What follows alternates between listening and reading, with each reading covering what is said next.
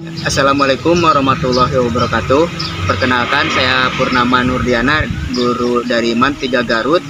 Dan ini lokasi di MAN 3 Garut. Alhamdulillah di sini ada seorang alumni dari ISBI dan merupakan seorang junior antropolog. Amin. Oke. Dan saya di sini akan mewawancara mengenai nyupah. Apa itu nyupah? Ya. Kemudian kapan, di mana adanya ya. Kemudian bagaimana dan mengapa kita langsung wawancara kepada Khairi Nisa Ilmi. Oke. Ya Ilmi. Ya Pak. Apa kabar? Alhamdulillah baik sekali, luar biasa. Ini kita kan tahu bahwa kita di generasi sekarang itu tidak tahu apa nyupah ya. Padahal itu merupakan warisan budaya benda kita, di mana itu sesuatu yang luar biasa, mendapatkan status sosial yang tinggi ya pada saat itu. Hanya saja mungkin karena ada globalisasi atau apa gitu ya, makanya Bapak itu penasaran ya, untuk mewawancarai ini apa itu nyupah.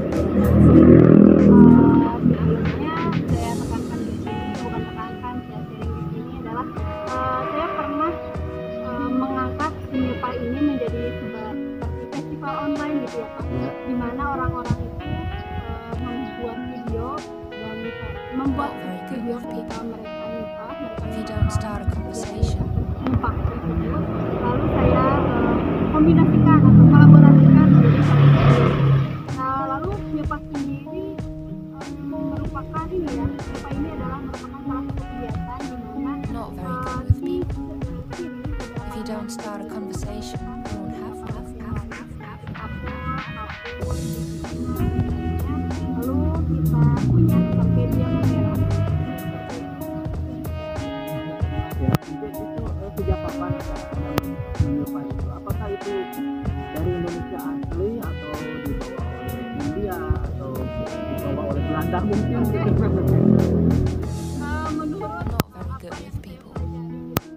If you don't start a conversation, you won't have one. We won't have one. If you don't start a conversation, you won't have one. We won't have one.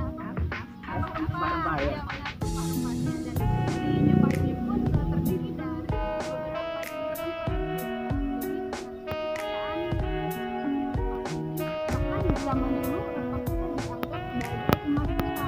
dimana ini kan biaya pasar itu dingin, sedangkan rempah dari kita dapat menghasilkan kondisi badan masyarakat sana yang sedang dinginan gitu. Jadi if you don't start a conversation, arti gitu harga. If you don't start a conversation,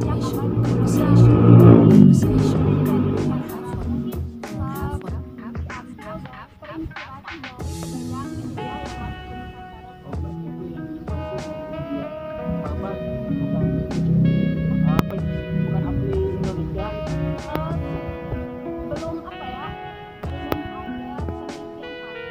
Not very good with people.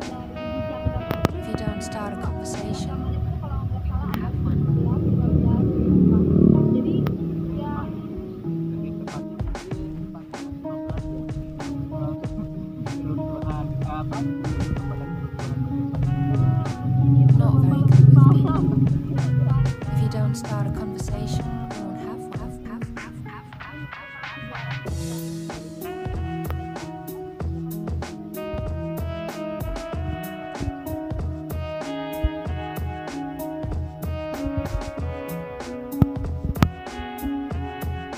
Ini kalau Bujangga Manik itu kan dari Sunda ya. Apakah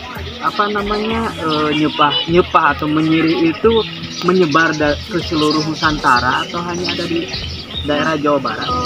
Kalau sejarah di luar Pulau Jawa saya belum paham, belum mengetahui, tapi sharing beberapa orang dan saya juga menelusuri kegiatan yang serupa seperti nyepa itu ada di daerah lain, contohnya di Papua, tapi dengan bahan-bahan yang disesuaikan gitu Pak. Kayak kalau di Papua misalnya hanya mengunyah biji pinang yang masih muda, sedangkan di kita di Sunda ini mengunyah biji pinang yang sudah tua, yang sudah kering gitu. Kemudian di sini mengenai untuk menyepah itu atau menyiris itu siapa yang diperbolehkan semacam itu, karena diperuntukkan untuk menyiris. Kalau zaman dulu itu menyiris adalah sebuah kegiatan yang sangat agung gitu loh Pak. Orang-orang teh tidak sembarang orang dan tidak sembarang waktu bisa menyiri. Bahkan dulu menyiri atau nyepah ini merupakan seperti kepada tamu itu Pak. Jadi persembahan raja kepada tamunya. Nah, Bukan apresiasi jadi kalau ada tamu penghargaan saja. Seperti penghargaan gitu. Seperti penghargaan lagi. Lalu kedua, nyepah adalah salah satu simbol keseriusan lelaki kepada wanitanya. Itulah mengapa si nyepah ini dalam bahasa Sunda nyepah atau bahasa halusnya adalah ngalamar. Ngalamar itu kegiatan sama nyepah. Ngalamar. Mungkin itu adalah sumber dari kata ngalamar. Kan itu dalam pernikahan Sunda erat ya Pak. Ngalamar atau apa lagi tuh. Ya pokoknya itu berasal dari sejarahnya adalah karena nyepah merupakan salah satu simbol dari keseriusan lelaki kepada pacarnya. Oke, mungkin yang sekarang itu adalah mengapa nyepah sekarang itu atau menyiri itu semakin turun ya, atau mungkin tidak ada lah. Iya. Bahkan di memori kolektifnya bangsa Indonesia mungkin tidak ada apa itu nyepah gitu ya. Iya. Kenapa bisa seperti itu? Kalau kita lihat sekarang nyepah memang mungkin kalau dari satu desa itu pun sudah di kampung kita di Pamengpeuk gitu. Satu desa itu hanya satu orang dan itu pun sudah lansia, sudah sepuh gitu ya Pak. Kita sangat sulit menemukan orang yang masih nyepah. Nah, kenapa bisa terjadi? Sejarahnya mungkin kita pas zaman Belanda dulu ya. Zaman Belanda dulu itu ada kayak propaganda mereka agar orang Indonesia beralih ke rokok, tembakau kayak gitu. Terus mereka juga ada sentimen tersendiri dari Nyonya Belanda ke orang perempuan Indonesia, yang mana kan si Nyonya Belanda ini tuh cemburu gitu kepada wanita-wanita di Lokal, pribumi. Iya, kepada wanita pribumi yang dijadikan selir misalnya sama suaminya. Nah, salah satu yang mereka jijikkan gitu lah ya, itu kegiatannya Pak, karena mereka kayak kok makan darah gitu, kayak gitu. Mereka itulah udah mulai perlahan hilang itu dari itu. Terus ada propaganda beralih ke rokok juga kayak gitu. Jadi ya, kalau propaganda beralih ke rokok itu mungkin ada kaitannya dengan ekonomi tidak? Iya, saya kira begitu juga. Bukan. Atau di nyepah ada kesehatan? Nah, di nyepah sendiri, alasan mengapa saya mengangkat nyepah sebagai salah satu proyek KKN saya tahun kemarin adalah karena si nyepah ini zaman dulu, atau mungkin kita juga tahu lah, daun sirih itu sebagai antioksidan, pembunuh bakteri yang baik. Nah, jadi nyepah ini adalah salah satu kegiatan yang dapat menyehatkan kita, pencernaan, maksudnya dari mulut hingga perut, lalu memperbaiki saluran pernapasan kita. Nah, kan itu aspek yang sangat ditekankan, digalakkan oleh pemerintah atau kesehatan gitu terhadap tubuh kita. Nah, saya mengangkat nyepah sendiri sebagai salah satu peningkatan imunitas. Ya. Bisa saja mungkin dari Belanda itu supaya tidak memiliki imun ya atau ya walau alam. Okay. Boleh lah kita ya.